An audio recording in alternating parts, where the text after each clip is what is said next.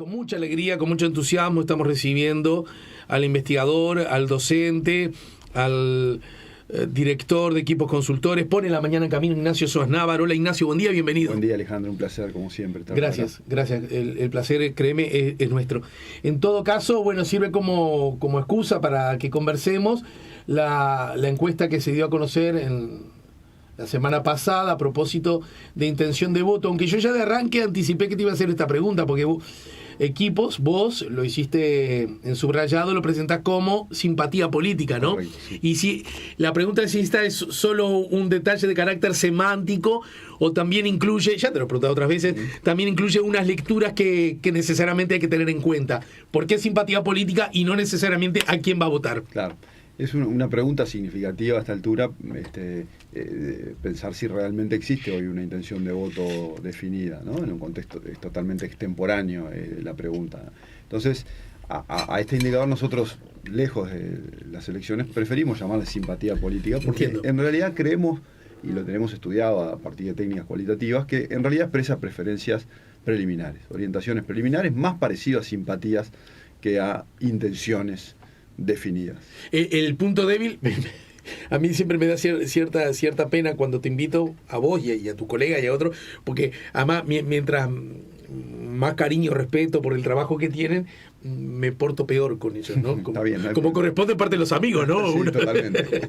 Entonces, el punto débil que podría exhibir eso, que es muy claro, tal como lo decís, quizás sea un tanto lejano como para hablar de intención de votos, es que podría ocurrir exactamente lo contrario. Hay un montonazo de personas que son capaces de decirte, mirá, yo voto un poco porque obligado cualquiera pelea, sin que sienta que tengo simpatía por ninguna de las opciones, aunque necesariamente termine votando alguna. ¿Se entiende? Sí, claro, por supuesto, son los riesgos que tiene cualquier opción metodológica de medición que uno tiene en términos de encuestas de opinión. Pero bueno, no necesariamente lo que se usa hace mucho tiempo es bueno, pero sí te permite una comparabilidad histórica, digamos, intachable. Esta es la misma pregunta que Equipos utiliza desde el año 84. Claro, digamos. Está bien.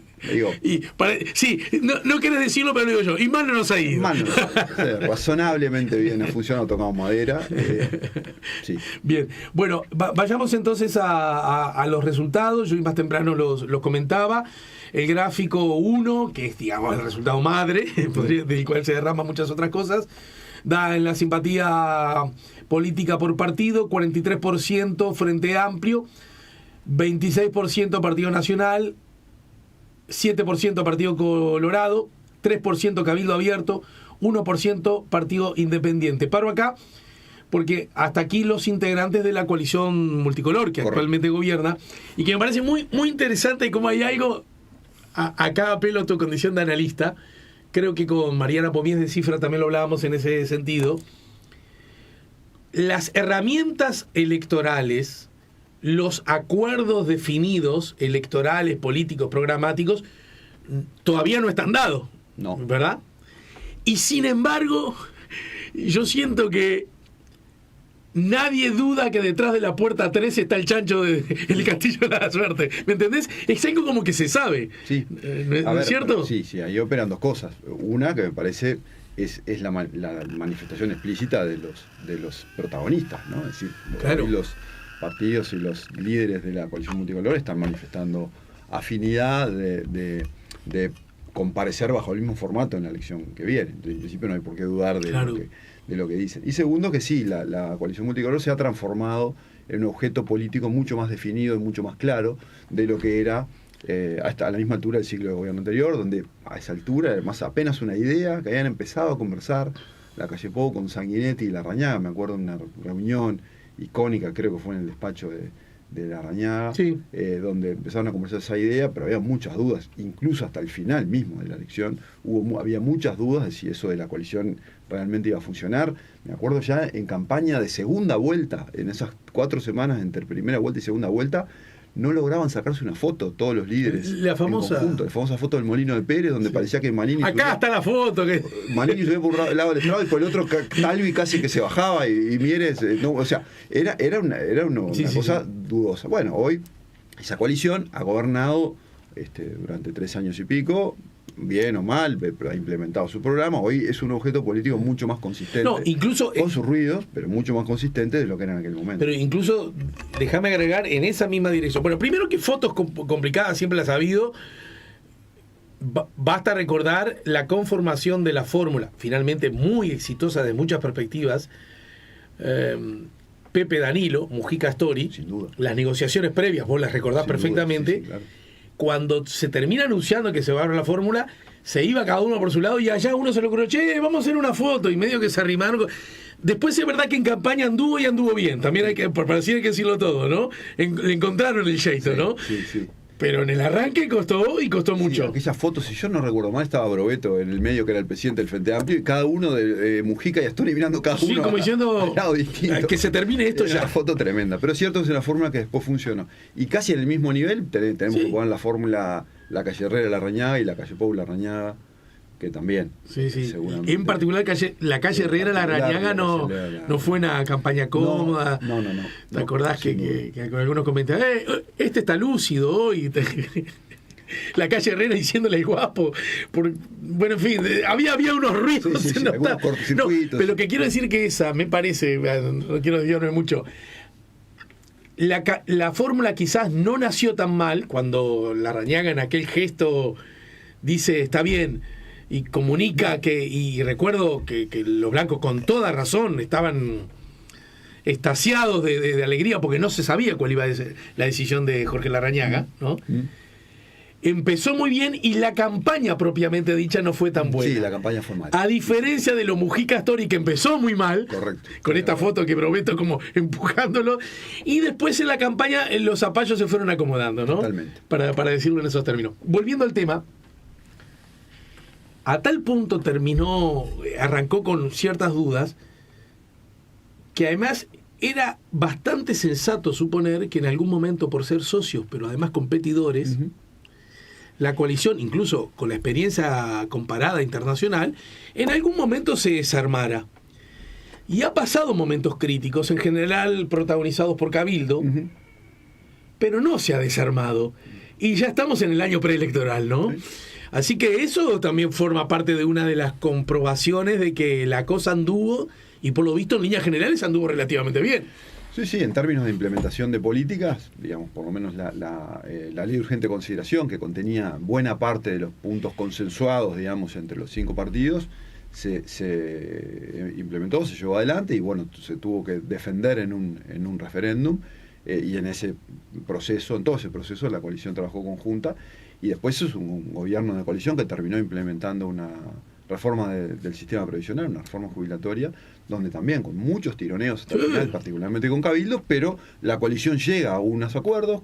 Obviamente quizás la reforma final no es estrictamente la ideal que el Poder Ejecutivo, que el presidente hubiera impulsado, pero en el marco de la negociación que se da en política, la coalición termina ese proceso unida. Entonces yo creo que en el balance sí, está claro que eso también es un componente que hay que incorporar en el análisis para entender por qué, como tú bien decís, el escenario más probable asumido por todo el mundo es que esta coalición continúe como oferta electoral hacia el futuro. Como que esto vino para quedarse, ¿no bueno, es cierto? A ver, yo creo que es difícil hacer afirmaciones tan categóricas, porque en realidad es un objeto político todavía muy nuevo y ya vimos que muy dependiente en sus fricciones de las circunstancias. Entonces, si el día de mañana explota un nuevo lío que tense esto mucho, la coalición se verá sometida a una nueva prueba. Entonces, uno puede decir que una coalición está estable cuando, por ejemplo, le pasó al Frente Amplio, tuvo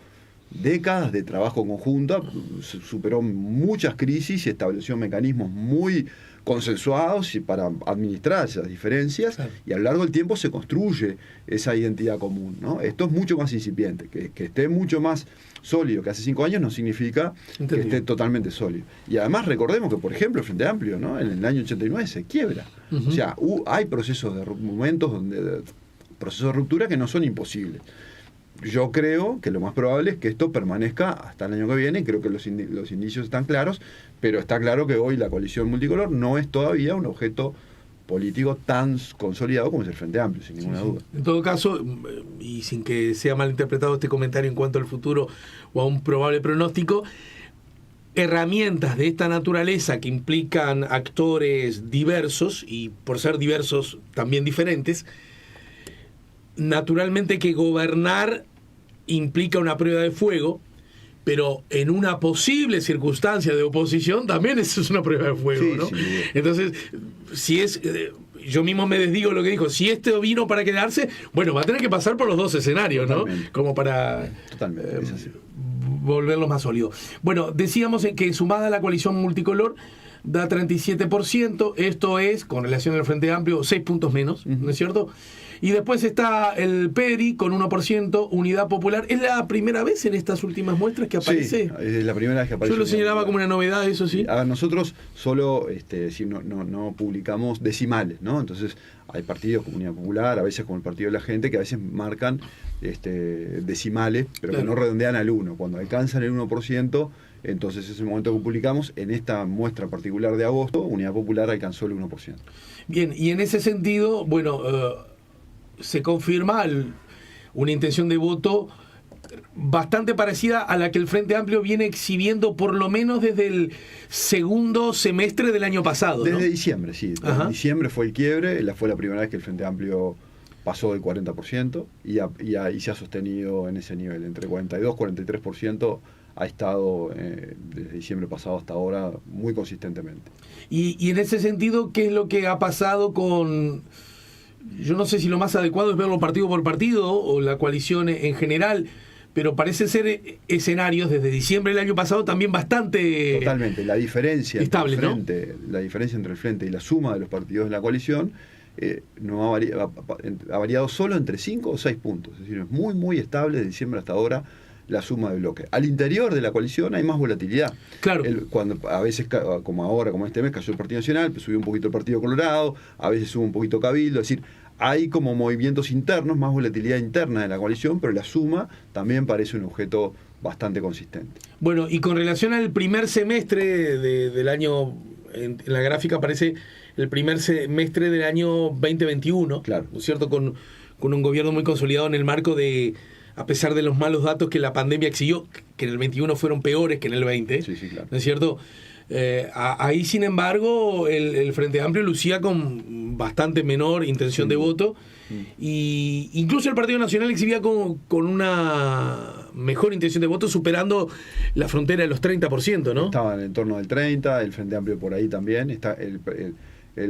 Se dio un proceso de crecimiento del Frente Amplio en el segundo semestre del año pasado. Es decir, a partir de ahí, que el Frente pasa esa franja entre 30 y 35 y decididamente tiene un ascenso hacia niveles por encima del 40. Hay algo que hace equipos que la verdad me parece, justamente hijo de los anteriores comentarios, me parece que todos agradecemos mucho, que tiene que ver con lo que, bueno, ustedes nos enseñan, primero que las encuestas, para interpretarlas con mayor eficacia, tienen que dialogar con cierta trazabilidad, ¿no? Claro. Ver como el derrotero de las mismas. Y en tal sentido, ustedes colocan una mirada en retrospectiva, incluso cito textual el nombre del capítulo, que incluye la simpatía política a la misma altura del ciclo electoral. ¿Qué pasaba hace 5 años atrás y qué pasaba hace 10 años atrás? ¿No es cierto? Sí. Acá siempre hay que hacer algo que yo sé que en algún momento vas a hacer, es recordemos que Cabildo Abierto no estaba, Sí, ¿verdad? correcto. Ni siquiera 5 años atrás. Sí. ¿Verdad? Porque apareció bien en el mismo año electoral. Pero aún así me parece que se pueden hacer lecturas. ¿Y esas lecturas qué arrojan, Ignacio? Bueno, arrojan una situación significativamente diferente a la que había hace 5 años. Hace 5 años el Frente Amplio estaba pasando por una crisis importante desde mucho punto de vista. En 2018 fue el año de la renuncia del vicepresidente Sendik, el año de las críticas sobre la gestión de seguridad eran muy fuertes, el desencanto económico era muy fuerte, el gobierno tenía niveles de desaprobación muy altos, el saldo neto de la segunda gestión de Vázquez a esa altura estaba en el entorno de los menos 30, es decir, era un gobierno que ya había caído en una fuerte crítica popular. Entonces, desde ese punto de vista nunca estuvo muy sólido ese segundo gobierno de Vázquez, ¿verdad? No, pero en ese año del medio, todavía peor en todo caso. Todos los episodios vinculados, a Sendik y todo lo que mencioné, fue probablemente, sí, fue el peor año, claramente, ¿no?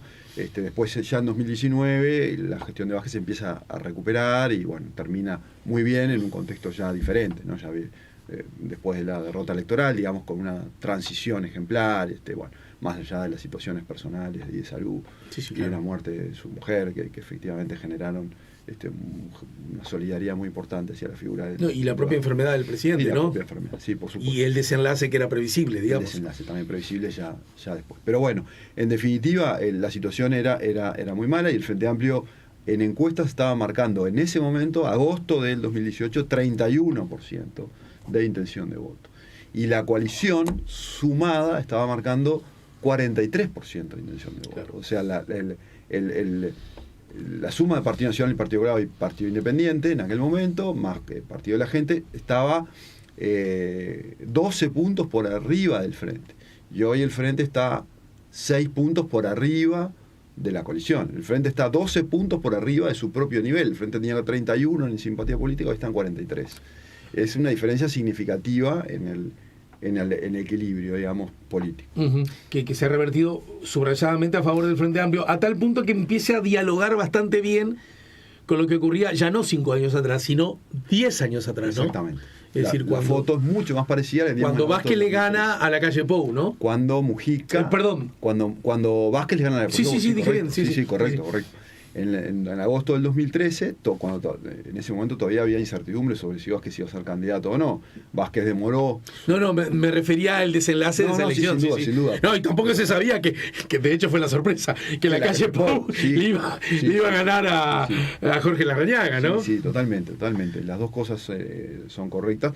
Pero bueno, en aquel momento, en agosto del 2013, el Frente Amplio tenía 41% de intención de voto y ahora tiene 43%. Quiere decir que incluso el Frente Amplio está un poquito mejor de lo que estaba a la misma altura de aquel periodo. En ese contexto, el gobierno del Frente Amplio tenía una alta aprobación, había la confianza en la economía era elevada, había un montón de elementos favorables, digamos, un clima más de continuidad frente amplista que también se expresaba en las simpatías políticas. Y desde ese punto de vista, bueno, surgen casi innumerables preguntas o consultas, pero en todo caso, las encuestas que aluden a cómo el público ve la gestión del gobierno en general y la gestión del presidente Lacalle Pou en particular son desatisfactorias para arriba con relación a la gestión de Lacalle Pou. Lo hemos hablado, ¿verdad? Sí, correcto. En todo caso, creo recordarlo contigo, más o menos equiparables a la de Vázquez en la primera presidencia. Sí. Es decir, que el público, incluso el que no votó ni piensa votar a Lacalle Pou, buena parte de ese público o alguna parte de ese público valora la gestión del presidente. Sí, ¿no? hay un 15% de los votantes frente amplistas que aprueban la gestión del presidente. Eso no quiere decir que lo vayan a votar. Sí, clarísimo. Pero en ese contexto me parece interesante cómo, a pesar de eso, porque vos acabas de decir, bueno, en agosto del 13, seguramente la mirada que la ciudadanía tenía relativamente favorable a la marcha del gobierno en aquella época conducida por José Mujica, correcto, con una economía que en líneas generales solucionaba buena parte de los problemas que el público necesita que solucione, el empleo, los salarios, en líneas generales, ¿no? La gente lo veía como, uy, vamos bien, ¿verdad? ¿Cómo este dato que ahora sí exhibe Lacalle, que lo puede decir con orgullo y mostrárselo al mundo hoy de noche, si quiere, lo puede mostrar en la Asamblea General, ¿no? Sí. No parece traccionar demasiado en una posible intención de voto al punto tal que el Partido Nacional luce con un 26%. Correcto. O podríamos decir lo contrario, si no fuera por eso, imagínate cuánto peor sería.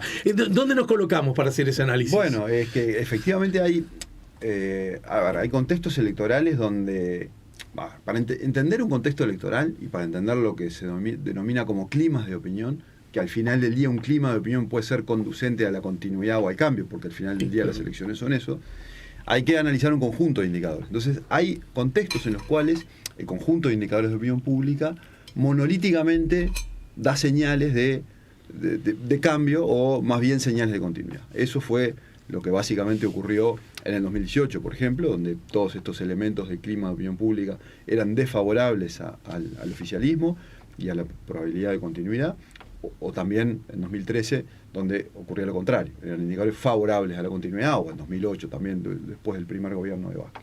Si nos vamos más atrás, del gobierno de Valle, evidentemente, en 2003, todos los indicadores favorables al cambio. Bueno, este es un momento donde los indicadores de opinión pública no muestran que vayan todos en la misma dirección. Estamos en un momento con particularidades. ¿Sí?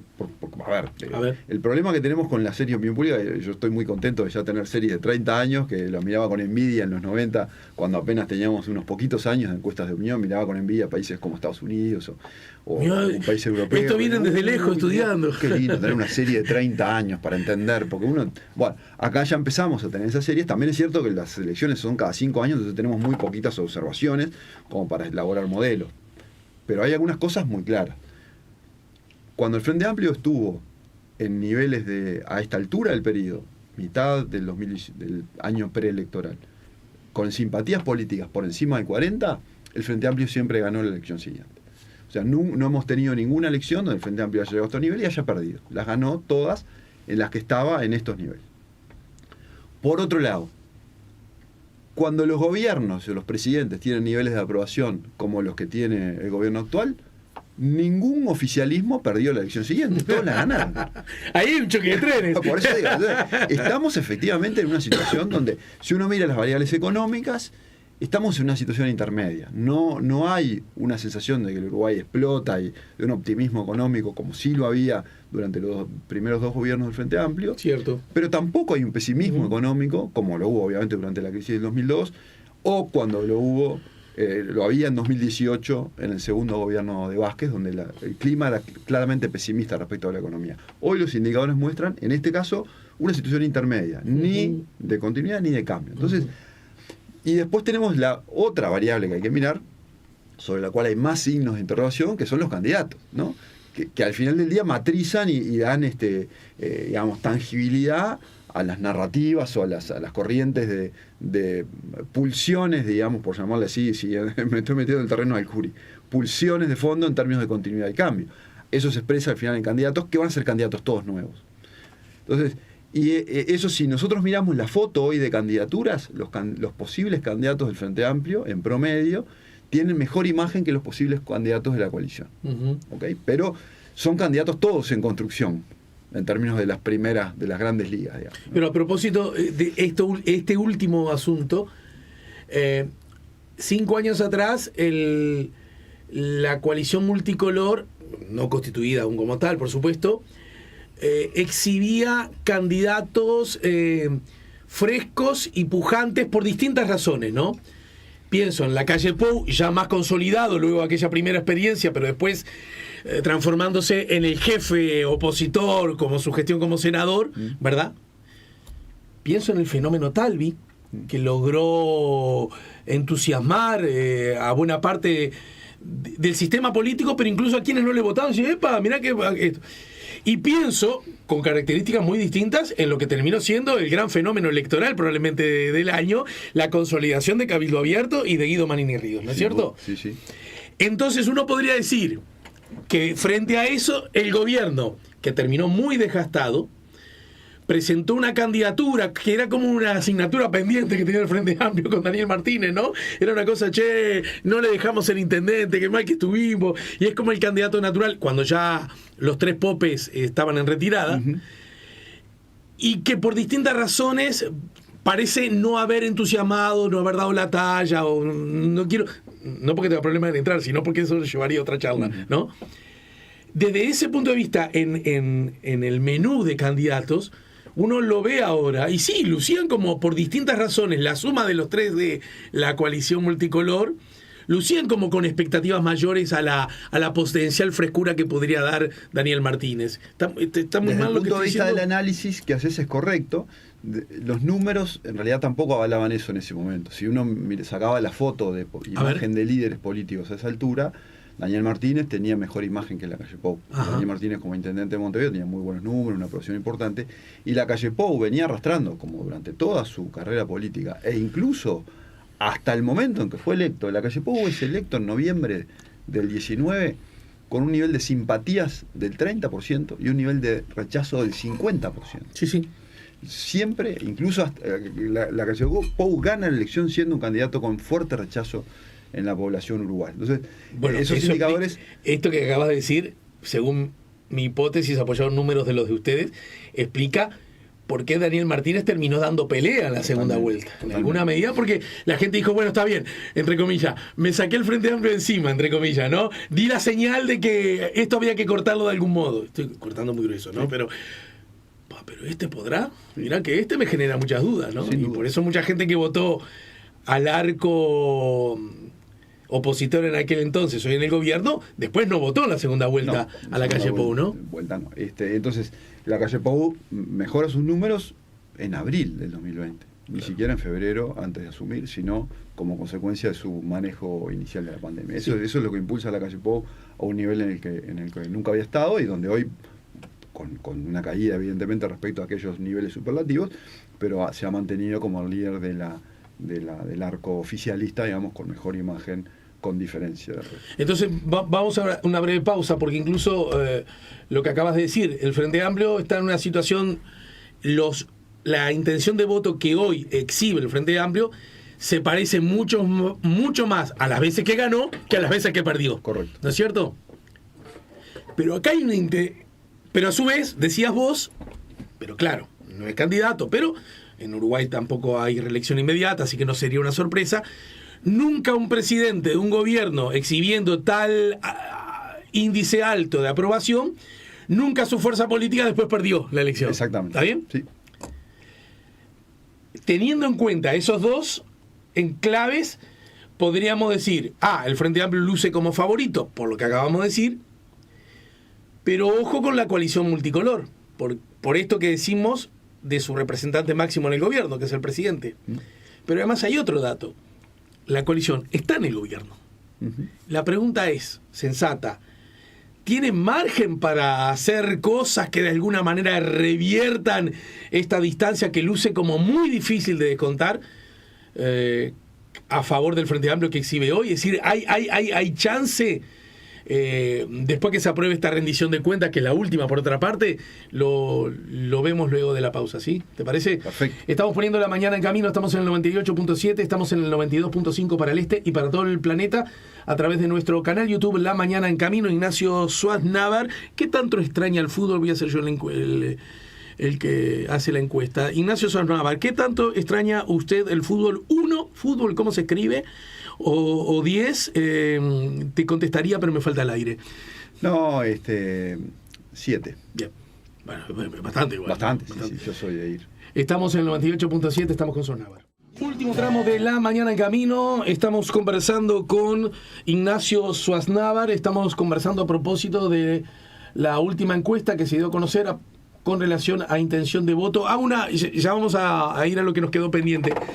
Pero me gustaría que le cuentes a la gente, que nos cuentes si ustedes ya cuando hacen este tipo de encuesta. El otro día tu colega Mariana Pomies daba cuenta de que en estos casos los clientes pueden ser varios, diversos, incluso en muchos casos salidos de la escena estrictamente política. No sé si... Sí, claro. Entonces, y que además, y yo eso lo entendí fácilmente, a veces incluso facilita el abordaje de los temas, ¿no? A quien de pronto no está con muchas ganas de hablar de cosas no políticas, que hables de política le facilite para decir después qué pasta de diente prefiere, y al revés, a quien tiene una mala onda con la política ya le decís de quién va a votar y se siente como poco predispuesto si le hablas de qué destino turístico le gustaría elegir para las próximas vacaciones. ¿Así funciona? Sí, totalmente. Perfecto. Bien, y además eso decía Mariana Pomies con una honestidad que yo reconozco, también eso permite que a veces los costos de una encuesta se repartan y por lo tanto sea posible hacerlas. Total. Que si va una estrategia, un invento de un mercado chico como el uruguayo, digamos, ¿no? Claro. Donde es muy difícil para los partidos pagar encuestas en exclusiva, entonces efectivamente se suben estos, lo llamamos encuestas ómnibus, ¿no? Son encuestas colectivas que se financian invisiblemente con un juego cooperativo entre distintos actores, los medios de comunicación pagan parte de esa encuesta, obviamente, para difundirla, empresas privadas, gobiernos, organismos internacionales, partidos políticos. Y en ese marco me imagino que también hacen preguntas, muchas otras diversas, que al público no se les da a conocer, ¿no? No, por supuesto, el 99% de las encuestas o preguntas que hacemos son privadas, son para los clientes que las contratan. Y las que se publican es justamente porque un medio contrató, digamos, un acuerdo de difusión de determinados indicadores de las encuestas, que son en general los clásicos, ¿no? Gestión del presidente, intención de voto, cómo va la economía, los problemas del país, bueno, esos son los indicadores que se difunden y de interés del público. Después, temas más específicos, por ejemplo, un candidato que quiera evaluar un tema puntual de una estrategia de campaña, bueno, no son temas de interés público, son temas que le sirven al candidato o a la empresa o al ministerio o a la intendencia para tomar una decisión concreta. Pero yo me imagino que en el Frente Amplio debe haber mucho interés, por supuesto, en esta ya instalada disputa, más allá de si públicamente han asumido su condición de precandidatos, entre Orsi y Cose. Pero me imagino que la barra de Vergara está diciendo, y yo, que lo nuestro, el espacio sereñista, qué lugar está ocupando. Me imagino que Andrés Lima, el intendente de Salto, también debe estar diciendo, me tiraré y si me tiro, porque quizás ya ahí los objetivos no sean ser el candidato, sino de alguna manera, legítimamente, ocupar espacios y saber si vale la pena el esfuerzo. Y ni te digo, por ejemplo, dentro solo del Partido Nacional, y hablar de otras estructuras donde la etapa del wilsonismo parece estar bastante empobrecida en cuanto a figura. Los dos candidatos vienen a grandes rasgos del cerno herrerista, por decirlo así. No sé si le estoy agarrando mucho el bizcochazo de... Bueno, está bien. Claramente no wilsonista, por decirlo así. Y yo pienso que Gandini, que dijo que entiende que tiene que estar, ese espacio, se preguntará, che, y yo me tiraré. Esas cosas, no digo que me las digas ahora, pero ¿están evaluadas estas medidas? Sí, por supuesto. Digo, esas entre muchas. Y eso en general ahí sí depende de los clientes, ¿no? Depende del cliente, viene y mira, quiero evaluar lo que sea, el wilsonismo. ¿Cuánto pesa hoy el wilsonismo? Bueno, perfecto, eso se puede efectivamente medir. O cuánto, no sé, en qué tema tengo una oportunidad, o en qué segmentos de la población los trabajos de segmentación se utilizan mucho. Te mentí, dije que no te iba a preguntar, ahora te pregunto. Sí. ¿Y qué me puedes decir al respecto? Nada, porque es información privada. Conceptos generales, con mucho gusto. No, pero, y la otra que me parece que está fenómeno, y que todo el mundo especula con eso es, bueno, fenómeno, yo quiero que siga el actual gobierno, dice un ciudadano, ¿no? ¿Un ciudadano actor político o ciudadano? Yo quiero que la izquierda no gobierne Uruguay, para decirlo bien, desde ese lugar, ¿no? Posicionaron en esa síntesis. Dice, bueno, pero para eso, ¿cuál de los dos candidatos del Partido Nacional me ofrece más fortaleza frente a un candidato del Frente Amplio? ¿Delgado o Raffo? Eso ya se está manejando, y lo mismo al revés, ¿no? Sí. Esta idea de que Orsi es mejor candidato por ser del interior, pero yo digo que eso es algo que se está repitiendo, pero después hay números que avalen eso, por ejemplo, con relación a Yamandu y Carolina, por ejemplo. Esta idea del voto estratégico, es decir, que la gente vota en junio pensando en qué es lo mejor para octubre, en general ha tenido poca evidencia. Por supuesto. Pasado, ¿no? Ese era el argumento histórico de Larrañaga, en la interna del Partido Nacional. Siempre decía, me tienen que votar a mí porque los Lacalle no ganan, los Lacalle pierden en octubre. Bueno, Larrañaga perdió 4 internas, 2 con Lacalle... perdió la primera, perdió 1 con Lacalle Herrera y 2 con Lacalle Pou. El argumento estratégico no funcionó mucho. En general yo creo que la gente vota mucho más por sus entrañas que por su estrategia, digamos. Hay voto mucho más emocional y en junio tienden a votar al candidato que le gusta. ¿Puede haber algunos segmentos de voto estratégico? Puede haber. Bueno, puede haber. La diferencia con Astori y con Mujica pasaba lo mismo. Cualquiera sabía que Astori era un candidato más amplio que Mujica. Y en la interna después ganó Mujica. Hay otro voto estratégico también sobre el que siempre se especula, que es, bueno, dado que en el otro partido hay un candidato que parece que es muy malo, vamos a votar al candidato del otro partido para incidir en la del otro. Bueno, ese votante, no lo quiero calificar de animal mitológico porque siempre algunos hay. Algunos debe haber. Sí, algunos hay. Que te dijo el boliche, no, yo fui y me metí en la de los otros. Pero numéricamente no son significativos. Perfecto. La gente al final va y le gusta ir a votar al candidato que le gusta y que le mueve, ¿no? Esa es mi experiencia. Las cosas... O se queda en su casa, ¿no? Porque recordemos que las internas no son obligatorias. O se queda en su casa. Pero bien, para ir a votar, para salir, para distraer un rato del asadito, de lo que tenga que hacer el domingo, bien, ir a hacer eso para en realidad joder a otro por un cálculo estratégico, muy pocos lo hacen. Y en ese contexto, bueno, se dijo, alguna vez se insistió mucho en la interna Hierro Valle, ¿no? Sí. creo que se dijo que Valle lucía como un candidato más débil, no por su capacidad, no por la adhesión, sino por los contra, ¿no? Entonces Hierro parecía como más promedio ideal y ganó Valle. Pero en realidad Valle lo que ha tenido históricamente era capacidad de ganar en las internas, así que tampoco era una novedad que le haya ganado al presunto mejor candidato Luis Hierro, ¿no? Sí. Bueno, de hecho, igual Valle terminó siendo elegido como presidente de la República. Pero aún así no hacen esos, no me los des, pero no tienen esos escenarios de cuál candidato podría ser mejor en un posible balotaje.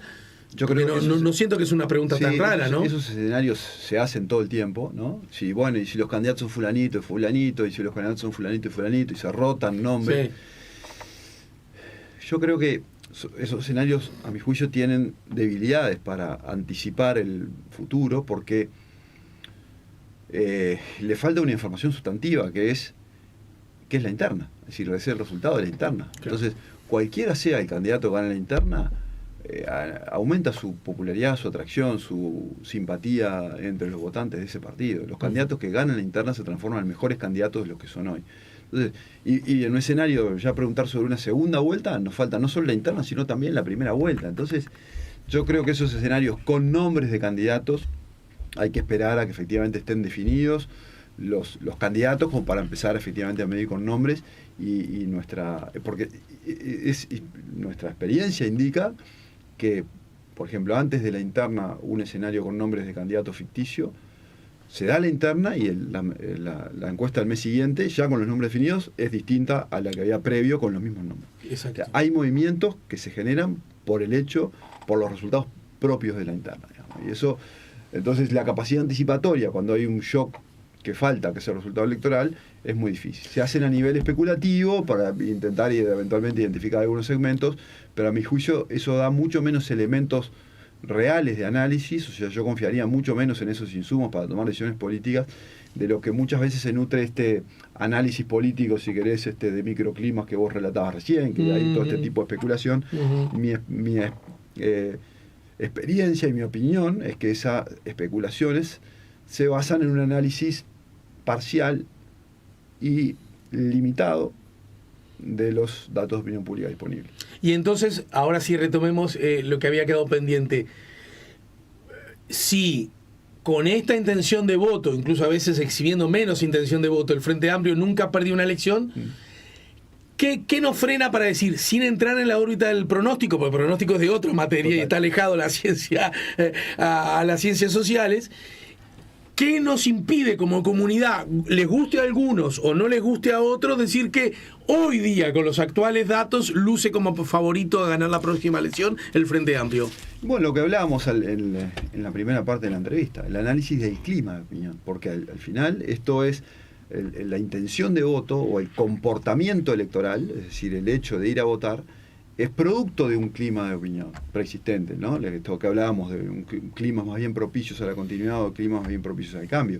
Cuando vos analizás no solo el resultado de la simpatía política o intención de voto, que es un indicador, por supuesto, muy importante, pero cuando analizás no solo ese indicador, sino el conjunto de indicadores, el escenario luce bastante más confuso, bastante menos claro, ¿no? Porque hay indicadores que parecen en otro sentido, hay indicadores que pueden tener posiciones ambivalentes. Entonces yo creo que hay que ser cautos por supuesto, siempre soy cauto, vos me conocés, Alejandro. Sí, claro. Pero en este momento efectivamente no hay una...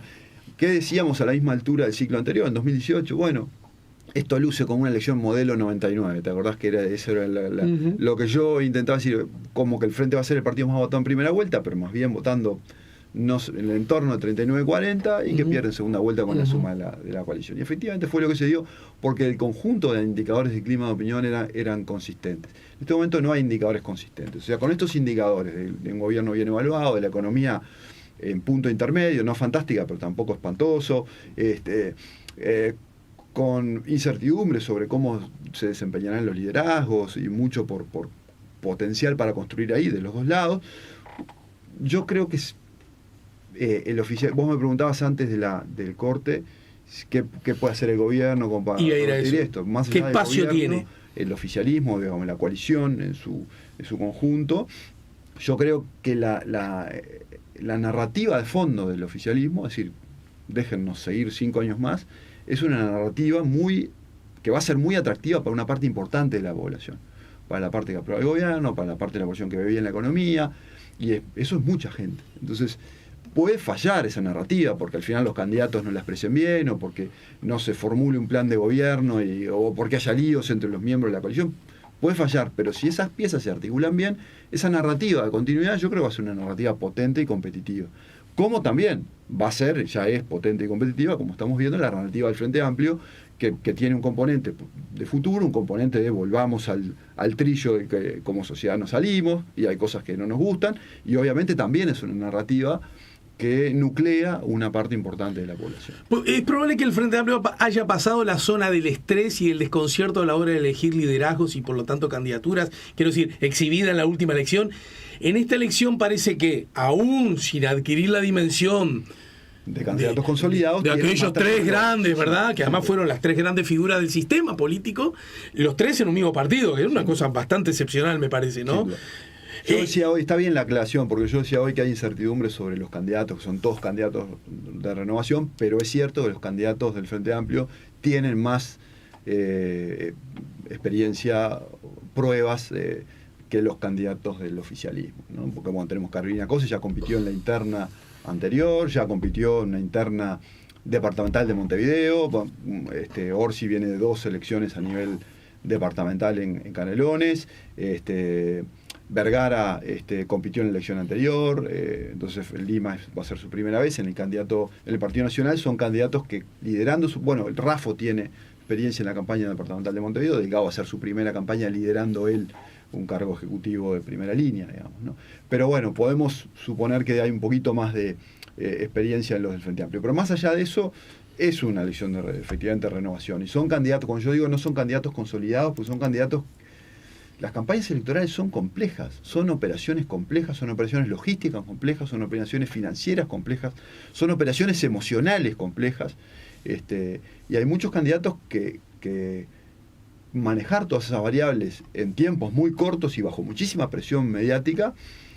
A veces hay candidatos que performan muy bien y se transforman en excelentes candidatos, y a veces hay candidatos que lo hacen muy mal. Y eso es muy difícil de anticipar. No, es una variable sobre la cual hoy tenemos que asumir cierta incertidumbre. Y eso sin contar de que haya fenómenos relativamente imprevistos que puedan atravesarse en medio 18 de julio, que hace que el tránsito se tenga que desviar por un lado al otro, ¿no? A los candidatos consolidados, que ya tienen una imagen consolidada, ya tienen un público que los sigue, que los quiere, que los aprecia, que los admira, que se emociona con ellos, son bastante más inmunes a los accidentes de tráfico. Claro. Ya tiene la coraza. Rebota, ¿no? Mucha cosa rebota, ¿ok? Los candidatos en construcción son mucho más sensibles a que un accidente de tráfico efectivamente los dañe, o algo externo efectivamente los dañe, porque su imagen está en construcción.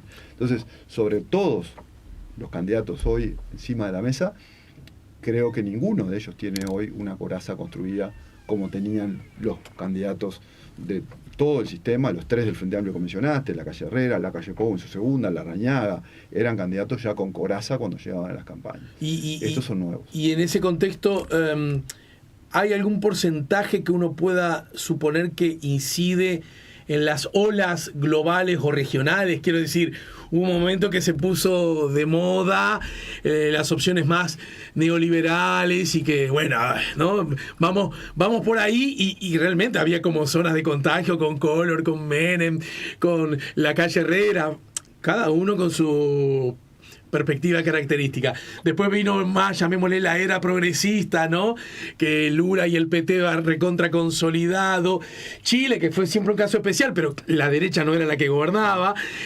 Argentina con los K, y ahí irrumpió que Tabaré, que Mujica, que de vuelta Vázquez, ¿no?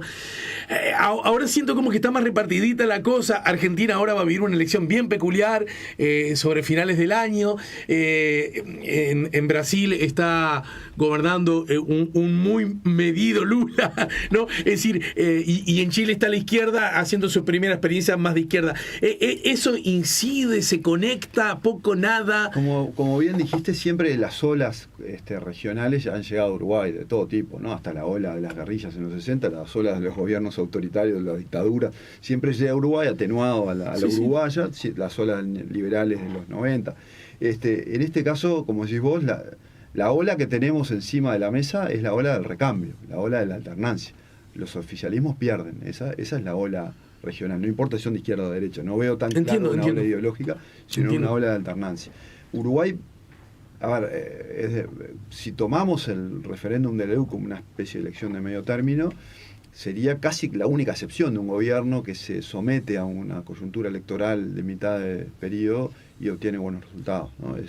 Pero también es cierto que eso se da en un contexto donde es un país donde de los pocos gobiernos que sobrevivió positivamente, diría, y hasta ganancioso en términos de imagen pública, al manejo de la pandemia. Sí, claro. Han sido gobiernos acaba de decir que muy deteriorados. La pandemia fue de altísima importancia para consolidar la imagen del presidente, ¿no? Sin duda, y hasta el día de hoy, cuando uno pregunta, bueno, ¿usted aprueba o se aprueba? Aprueba. ¿Por qué aprueba la gestión del presidente? La pandemia es de los factores más relevantes por lo cual la gente aprueba la forma en que manejó la pandemia. Si desde ahí se traslada en realidad a una confianza más genérica, esos son todos temas de discusión, pero está claro que fue la pandemia. Entonces, hay otro factor que quiero agregar al análisis, es que yo creo que es relevante, es que la política latinoamericana en particular, más allá de las olas de continuidad alternancia, se ha transformado en algo tan difícil de entender para los parámetros políticos uruguayos que yo creo que va a tener una influencia menor. Están surgiendo candidatos y procesos y fenómenos tan distintos a nuestra idiosincrasia que yo no sé si van a ser modelos. Ni lo que pasa en Argentina, ni lo que fue... Bueno, Lula es un candidato más tradicional, digamos, más parecido a los nuestros en algún sentido, pero Bolsonaro no. Lo que está pasando en Chile es claramente muy distinto, es decir, no hay, ni que hablar lo de El Salvador, lo de México, así son todos de derecha, izquierda, no importa. No creo que haya un contagio desde ese punto de vista tan claro como lo hubo en otras épocas. Ajá. Y para terminar desde ese punto de vista justamente, y que ocurra al revés, digamos, que ese exterior atravesado por... Algunos insisten mucho en que el fenómeno de los outsiders, y se piensa bastante en Milei seguramente, o el presidente de El Salvador, pero lo que veo, no siempre por outsiders, es que la mirada un poco antisistémica, apolítica, que en general tiene rasgos más bien de extrema derecha, aunque el caso México luce ahí con algunos asuntos, es el que ha ganado buena parte del escenario, ¿no? Estas cosas salidas de la política tradicional, del que te obliga a negociar con el otro, con el diferente, a encontrar síntesis, para lo cual los partidos y la importancia de estos, ya lo dijimos millones de veces, es muy importante, y Uruguay todavía exime cierta solidez con relación a otros, ¿no? Sin duda. Pero también nos encanta creer que las cosas nunca llegan a Uruguay, y ese también ha sido un histórico. No, las cosas llegan a Uruguay. ¿No es cierto? Tuvimos una elección en 2019 donde estas cosas llegaron. Sí. Llegó un Manini Ríos que venía desde una institución externa en la política a meterse en la política. Llegó un Juan Sartori que venía de fuera de la política, del ámbito empresarial, a meterse en la política. Llegó Ernesto Talvi, que venía desde el análisis económico de una institución privada como Ceres a meterse en la política. Pero el contexto era distinto. El contexto era de una insatisfacción con el gobierno y una no convencimiento de la oferta existente en la oposición. Entonces, cuando se producen situaciones de desencanto que no son capitalizadas por las oposiciones, se produce la frustración masiva. Los partidos uruguayos han sido capaces de generar siempre la canalización del desencanto por dentro del sistema de partidos. Las oposiciones son muy importantes en las democracias, porque son las que tienen que capitalizar los descontentos que naturalmente se generan en los gobiernos. Entonces, el escenario de 2019 fue más propicio a la emergencia de estos microfenómenos, a la uruguaya, que lo que yo creo que va a ser la elección que viene. En la elección que viene, hoy tenemos un gobierno mucho más legitimado de lo que era el gobierno anterior, y una oposición que está capitalizando de manera, como vemos en estos resultados de intención de voto, de manera muy eficientemente los descontentos. Entonces, ¿por dónde va a entrar? Incluso en un escenario, porque este escenario de renovación de candidaturas podría ser propicio para que aparecieran candidatos nuevos. Sin embargo, desde el análisis estructural de satisfacción con gobiernos y descontentos de oposiciones, mi sensación es que no vamos a ver tantas figuras extrañas que en el siglo pasado desembarcaron desde ahora en adelante, Juan Sartori llegó a Uruguay en diciembre del 18. Sí, claro. Juan Sartori, nadie sabíamos en el 18 quién era Juan Sartori. Fue en el ultimísimo tramo también. Y Manini Ríos también. Jefe del ejército. Talvi recién estaba renunciando a Ceres. insinuando su posibilidad de ser candidato. O sea, todavía podrían pasar. Tiempo hay. O sea, tiempo hay. Sí. Mi análisis es que quizá no hay tanto espacio por las grandes corrientes del sistema que tienen contentas a grandes sectores de la población, oficialismo y oposición. Bien, en síntesis, en caso que hubiese segunda vuelta, digo porque la primera vuelta con estos números, si se mantuviera así, no está del todo descartada, ¿no? Que un partido pudiese ganar en primera vuelta. No, por supuesto. Porque si decimos lo otro, también podríamos decir esto. Sí, que por supuesto, habrá algún frente amplista que incluso tenga derecho a ilusionarse con que pueda llegar a ganar en primera vuelta. Pero el escenario igual sigue siendo el de más probable que haya una segunda vuelta. Y yo diría que si hay un escenario de segunda vuelta, es casi imposible, ya no digo improbable, de que no fuera con unas candidatas del Partido Frente Amplio y del Partido Nacional. Es lo más probable. ¿Verdad que sí? Sí. Bien. Hasta ahí podríamos decir. Sí. Y que tal como lucen los números ahora, tiene una ventaja que es inocultable, no indescontable, inocultable al día de hoy, en las actuales características, el partido de la oposición Frente Amplio. Sí, pero reitero que no me gusta hacer análisis o pronósticos, lecturas sobre... No, pero viste que pronóstico... No, pero lo que digo es que el resultado de la segunda vuelta va a estar muy condicionado por la primera. Entonces está claro que si querés hablamos de la primera vuelta, el Frente Amplio tiene una diferencia de 6 puntos sobre la coalición multicolor. Uno diría, si en la primera vuelta el Frente Amplio tiene 6 puntos con la coalición multicolor, y por lo tanto tendrá mayorías parlamentarias, creo que es claramente favorito. Será claramente favorito para la segunda vuelta.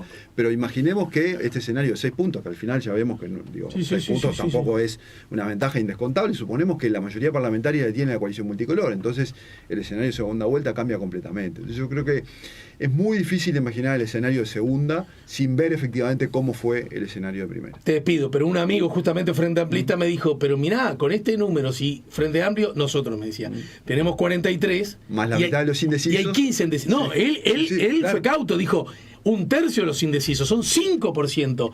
43 más 5 es 48. 48, el Frente tuvo mayoría parlamentaria en las dos elecciones de 2009 y 2014. Y él me decía, y estoy siendo muy conservador a dar solo 5, un tercio de los 15. El punto es que con esto, y volvemos a la primera parte de nuestra entrevista, es que hoy, por supuesto que hay que empezar a mirar los indecisos, y ya se podría empezar a mirar los indecisos, para mí es muy prematuro. Para mí me parece mucho más relevante lograr entender si los simpatizantes son consolidados o no. Creo que ahí está la clave del asunto. Bien, muy bien. Gracias. Por nada.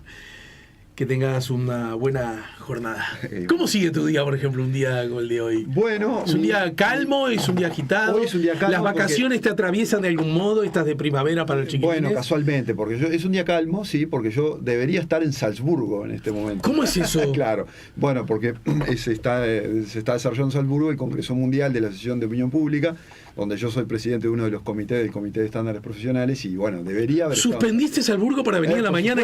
Cuando me invitaste dije, no puedo ir a Salzburgo. ¿Y por qué no fuiste en serio? Bueno, es muy caro ir a Salzburgo. Claro. Sí, es muy caro. Pero eso, para decirlo, vamos a hablar, ¿te lo tenés que pagar vos? Bueno, sí, equipo, pero sí. Bueno, sí. Sí, por supuesto. Pero sí. No, yo pensé que la organización tenía fondos, eso somos una actividad pobre a nivel mundial, no somos como los abogados y otros. Cuando fuiste a Rusia años atrás, sí, ahí sí antes del Mundial, sí. ¿era en ese contexto también? No, eso fue invitado por la Asociación de Ciencia Política Rusa. Que me acuerdo que Nacho Sornávar fue al primero que yo, una ignorancia mía, que yo escuché viniendo de Rusia decir: che, ¿no sabes el calor que hace en Rusia? Sí, claro, en agosto, ¿no? No, porque por algún motivo, seguramente una construcción quizás no del todo ajena a la ideología, acerca del frío, el grisor, me gusta usar esa palabra, andás a ver, no sé, los sombreros esos tan horrendos, según la construcción política.